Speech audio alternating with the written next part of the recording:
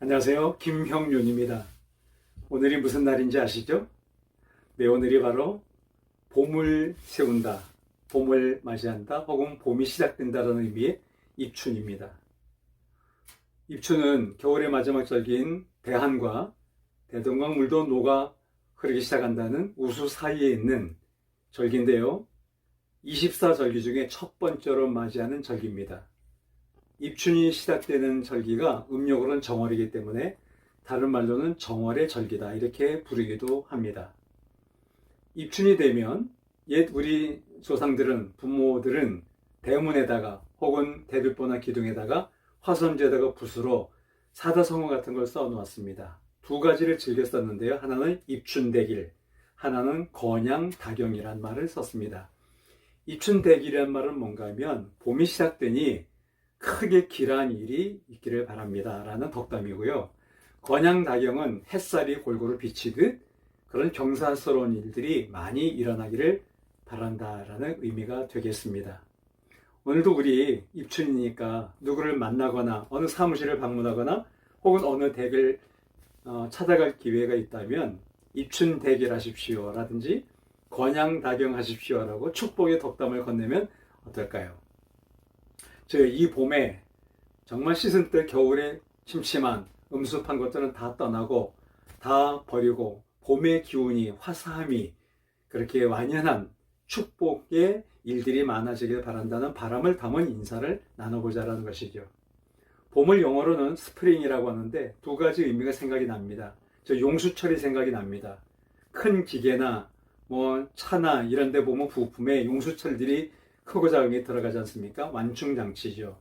용수철은 톡톡 튀어오르는 것이잖아요.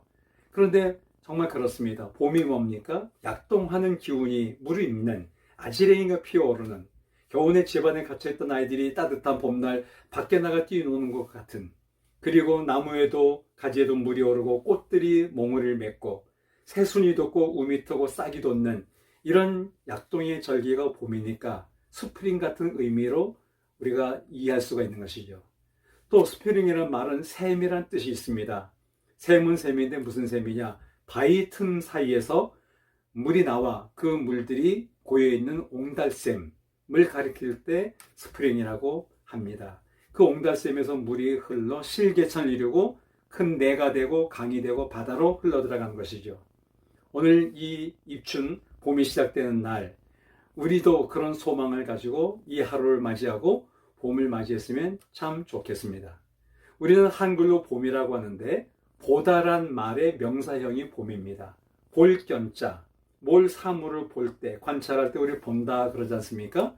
바로 겨우내 침체됐던, 눅눅했던, 가라앉았던 그 겨울의 기운을 떨쳐내고 봄의 화사한 기운으로 약동하는 만물과 미물들, 생동감 있는 것들을 우리가 눈으로 보게 되잖아요.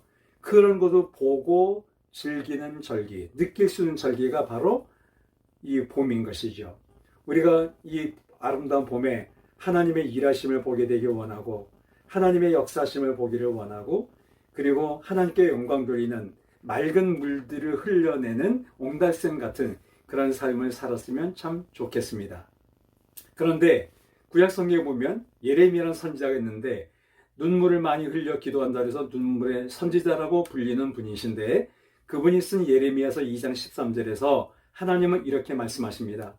내 백성이 두 가지 악을 행하였나니 생수의 근원되는 나를 버린 것과 스스로 웅덩이를 판 것인데 그것은 그 물을 가두지 못할 터진 웅덩이들이니라 라고 말씀을 했습니다. 하나님이 누구십니까? 생수, 리빙 워터, 생명수의 근원이신 분이란 겁니다.